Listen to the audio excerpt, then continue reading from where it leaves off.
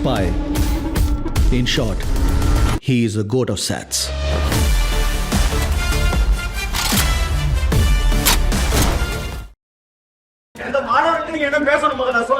என்ன பேசணும் நீங்க சொல்லுங்க.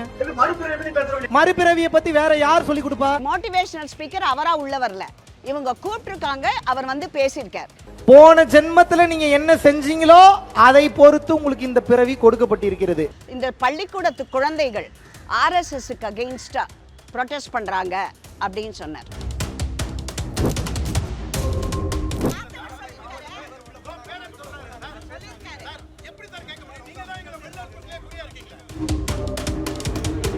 நீங்களே பாத்தீங்க போலீஸ் எப்படி எங்களை இங்க உட்காரக்கூடாது, நாங்க ஹெட் மினிஸ்டர்ஸை பார்த்து என்ன நடந்தது, எங்களுக்கு வந்த நியூஸ் தகவல் வந்து எஜுகேஷனல் ஆஃபீஸர் உள்ள இருக்காங்க, அவர் பேசிட்டு இருக்கார் அப்படின்னு சொன்னாங்க. கிறிஸ்மஸ்க்கு வாழ்த்து சொல்லும் ஒரு முதலமைச்சர், ரம்ஜானுக்கு வாழ்த்து சொல்லும் ஒரு முதலமைச்சர், தீபாவளி, கிருஷ்ண ஜெயந்தி, நவராத்திரிக்கு வாழ்த்து சொல்லாத அமைச்சர், அது எந்த ஒரு நியாயம்? மதம் ஒரு அபினின்னு இந்து மதத்தை மட்டும் குறிவைத்து தாக்கும். திருக்குறளும் ஔவையாரும் எங்களுக்கு தேவையில்லை, புறநானூறும் எங்களுக்கு தேவையில்லை. தமிழ் தமிழ்ன்றாங்கல்ல, இவங்கெல்லாம் இல்லாம தமிழ் உண்டா? பக்தி இல்லாமல் தமிழ் உண்டா? அவனை மதமாறுன்னு சொல்றாங்களா? பொட்டு வச்சுட்டு வராத, பூ வச்சுட்டு வராத, மாதிரி வான்னு என் பொண்ணுங்களை சொல்றாங்க. அந்த மாதிரி எங்கேயாவது இந்துக்கள் மெஜாரிட்டி இருக்கிற இடத்துல சொல்றாங்களா? என் டிரைவர் காலையிலே கேட்டார், ஏதோ ஒரு வீடியோ வந்துருக்குமா பார்த்தீங்களான்னு. ஸ்கூலில் போயின்னு நான் கவனிக்கலப்பா அப்படின்னு சொன்னேன். நான் இப்போ அதுக்கப்புறம் எனக்கு வந்த அப்புறம் இங்கே ஒருத்தர் நிறைய பேர் என்னோட அடுத்த வார்டு தானே வாக்கெல்லாம் போகிறவங்க வந்து இப்போ என்கிட்ட சொன்னாங்க, இந்த மாதிரி இங்கே ப்ரொட்டஸ்ட் மாதிரி இருந்தது. இங்கே ப்ரொட்டஸ்ட் எல்லாம் இருந்தப்போ அங்கே இருக்கிற என்ன விஷயம்னு கேட்டேன். அது விஷயம் கேட்டப்போ இந்த பள்ளிக்கூடத்து குழந்தைகள் ஆர்எஸ்எஸ்க்கு அகெயின்ஸ்டாக ப்ரொட்டஸ்ட் பண்ணுறாங்க அப்படின்னு சொன்னார். அதுவே பொய். அப்புறம் இங்கே வந்தப்புறம் தான் தெரியுது, ஃபஸ்ட்டு அந்த பசங்க அவரை இதில் பார்த்தா, வீடியோவில் பார்த்தா பசங்க பேசினவர் மோட்டிவேஷனல் ஸ்பீக்கர் அவராக உள்ள வரல, இவங்க கூப்பிட்ருக்காங்க, அவர் வந்து பேசியிருக்கார். அவர் பேசினதில் தப்பு கண்டுபிடிச்சு அவர் பதில் கொடுத்துருக்கார். அங்கேயே தர்க்கமாயிருக்கு. அதில் இவங்க நான் இப்போ கேட்குறேன், அவர் வந்து இம்மை மறுமை கர்ம வினைன்னெல்லாம் பேசியிருக்கார் அப்படிங்கிறாங்க. இப்போது ஒரு ஹிந்துவாக இருந்தால் நாங்கள் எங்கள் நம்பிக்கையை பேசுவோம், கிறிஸ்டினை கூப்பிட்டா அவரோட நம்பிக்கையை பேசுவார், முஸ்லீமை கூப்பிட்டா அவர் நம்பிக்கையை பேசுவார். அதுதான் இது. தெரிஞ்சு நீங்கள் மோட்டிவேஷனல் ஸ்பீக்கரை கூப்பிட்ருக்கீங்க அங்கே பேசிட்டு, அதுக்கப்புறம் எதை அங்கேயே தரக்காணிப்பு நடந்திருக்கு. எஸ்எஃப்ஐயை உள்ளே விட்டுருக்காங்க.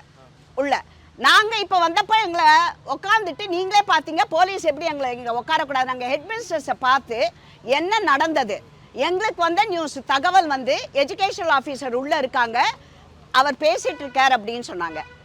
அவரையும் பார்த்து என்ன நடந்தது ஃபஸ்ட்டு கேட்டுக்கலாம் அப்படிங்கிறதுக்காக வந்தோம்.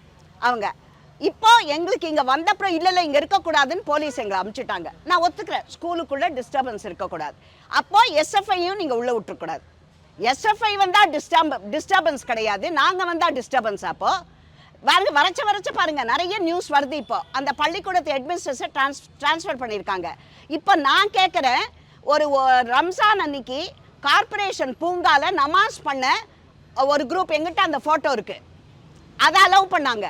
நமாஸ் நான் அப்போவே கேட்டேன், அப்போ நான் அடுத்து பிள்ளையார் வைக்கிறேன், நாளைக்கு விநாயகர் சதுர்த்தி பார்க்கில் நான் பிள்ளையார் வைக்கிறேன், என்ன விடுவீங்களா? அடுத்து நவராத்திரி கொண்டாடுறேன், நான் 9 நாளும் துர்கையை கொண்டாடுறேன், நான் பார்க்கில் விடுவீங்களா என்ன? ஸோ அவர்களை பொறுத்தவரை சட்டம் என்பது வளைக்கக்கூடியது, யார் கேட்கிறார்கள் என்பதை பொறுத்து சட்டத்திட்டங்கள். இப்போ நீங்களே பார்த்தீங்க, நிறைய பேரண்ட்ஸ் சொன்னாங்க, எஸ்எஃப்ஐ உள்ளே போய் கலாட்டா பண்ணுற வரைக்கும் விட்டுருக்கீங்க. அவங்க நாங்கள் இங்கே 5 பேர் 6 பேர் என்ன நடந்தது என்பதை அறிந்து கொள்வதற்காக வந்தோம். ஆனால் இப்போ இங்கே வந்தப்புறம் தெரியுது ஹெட்மினிஸ்டர்ஸை ட்ரான்ஸ்ஃபர் பண்ணியிருக்காங்கன்னுட்டு. அதை நடந்திருக்கிறது தவறு. நிச்சயமாக இந்த மாதிரி இதுக்கெல்லாம் இவங்க சொல்கிறாங்க. நான் அடுத்து கேட்குறேன், ஔவையார், திருவள்ளுவர், அவரை பற்றி அவர் மேற்கோள் காட்டியிருக்காங்க, திருவள்ளுவரை பற்றி. அப்போ திருவள்ளுவர் தேவையில்லாதவரா இந்த ஆட்சிக்கு? திருவள்ளுவர் எடுத்துகிட்டு போகிறாங்களா? திருக்குறள் எடுத்துகிட்டு போகிறாங்களா?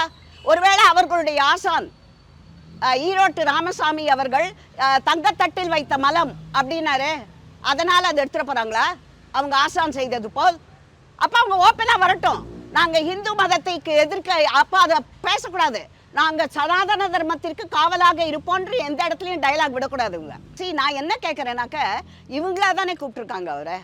அதில் இப்போ நான் கேட்குறேன், இவங்க பாரபட்சம்ன்றதுக்கு இந்த முதலமைச்சர் இது வரைக்கும் நான் அதுக்கே கேட்கலால. கிறிஸ்மஸ்க்கு வாழ்த்து சொல்லும் ஒரு முதலமைச்சர், ரம்ஜானுக்கு வாழ்த்து சொல்லும் ஒரு முதலமைச்சர், தீபாவளி, கிருஷ்ண ஜெயந்தி, நவராத்திரிக்கு வாழ்த்து சொல்லாத அமைச்சர். அது எந்த ஒரு நியாயம்? அதே மக்களின் பிரதிநிதி தானே அவரு, எல்லாருக்கும் ஈக்குவலா தானே இருக்கணும் அவரு. அதை கரெக்ட் பண்ணோம்ல. அப்போ அப்படின்னா என்ன, அவர் என்ன சொல்ல வர்றார்? கரெக்டா கிளியரா சொல்லட்டும். திருக்குறளும் ஔவையாரும் எங்களுக்கு தேவையில்லை, புறநானூறும் எங்களுக்கு தேவையில்லை அப்படின்னு அவர் பழைய தமிழ்ன்றாங்கல்ல. இவங்கெல்லாம் இல்லாம தமிழ் உண்டா? பக்தி இல்லாமல் தமிழ் உண்டா? தமிழும் பக்தியும் பிரிக்க முடியுமா? அது மீதி லாங்குவேஜ்லாம் எதுல இருக்குது? தமிழ்ன்றாங்கல்ல, தமிழ் தானே சொல்றாங்க அவங்க.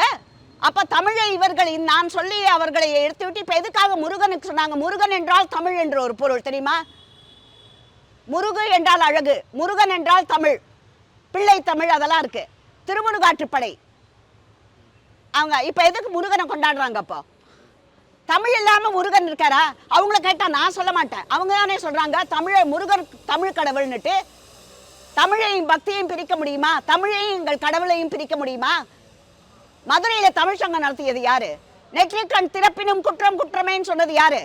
அப்ப நிறைய பேரை நான் லிஸ்ட் கொடுக்குறேன், அவங்க எல்லாம் கைது பண்ண சொல்லுங்க. யாரு கைது பண்ணோம்? நான் ஒரு பெரிய லிஸ்ட் இவரும் கொடுப்பாரு, கொடுங்க. எங்கேருந்து ஆரம்பிக்கணும்? கைது பண்ணதுக்கு செருப்பு மாலை போட்டாங்க, அங்கேருந்து ஆரம்பிக்கணும்.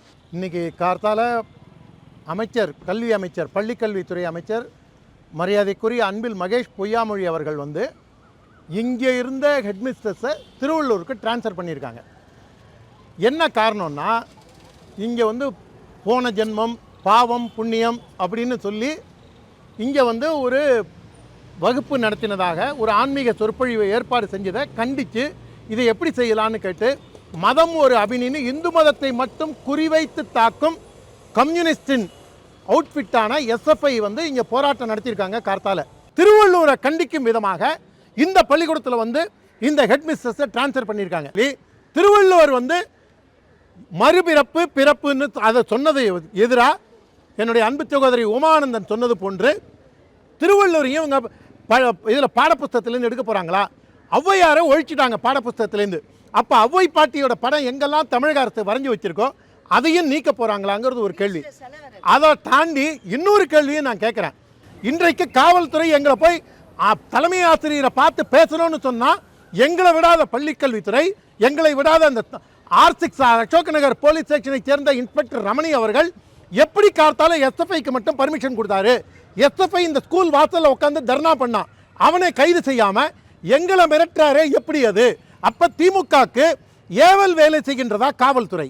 ஒரு பையன் ரெண்டு பையன் இருப்பாங்க, அவனும் அதை ஏற்றுக்கிறாங்க. அவன் அதை நல்ல விஷயத்தை தெரிஞ்சுக்கிறதுல என்ன தப்பு? அவனை மதமாறுன்னு சொல்கிறாங்களா? பொட்டு வச்சுட்டு வராத, பூ வச்சுட்டு வராத, மாதிரி வாணி என் பொண்ணுங்களை சொல்கிறாங்க. அந்த மாதிரி எங்கேயாவது இந்துக்கள் மெஜாரிட்டியாக இருக்கிற இடத்துல நீ வந்து சிலுவை போடாத, தொப்பி போடாதன்னு யாராவது சொல்கிறாங்களா?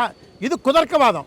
மெஜாரிட்டி அவங்கெல்லாம் வந்து ஒருத்தர் ரெண்டு பேர் படிக்கிறாங்கன்னா அவங்களும் நல்லா தெரிஞ்சுக்கிட்டோம், இதில் என்ன தப்பு இருக்குது?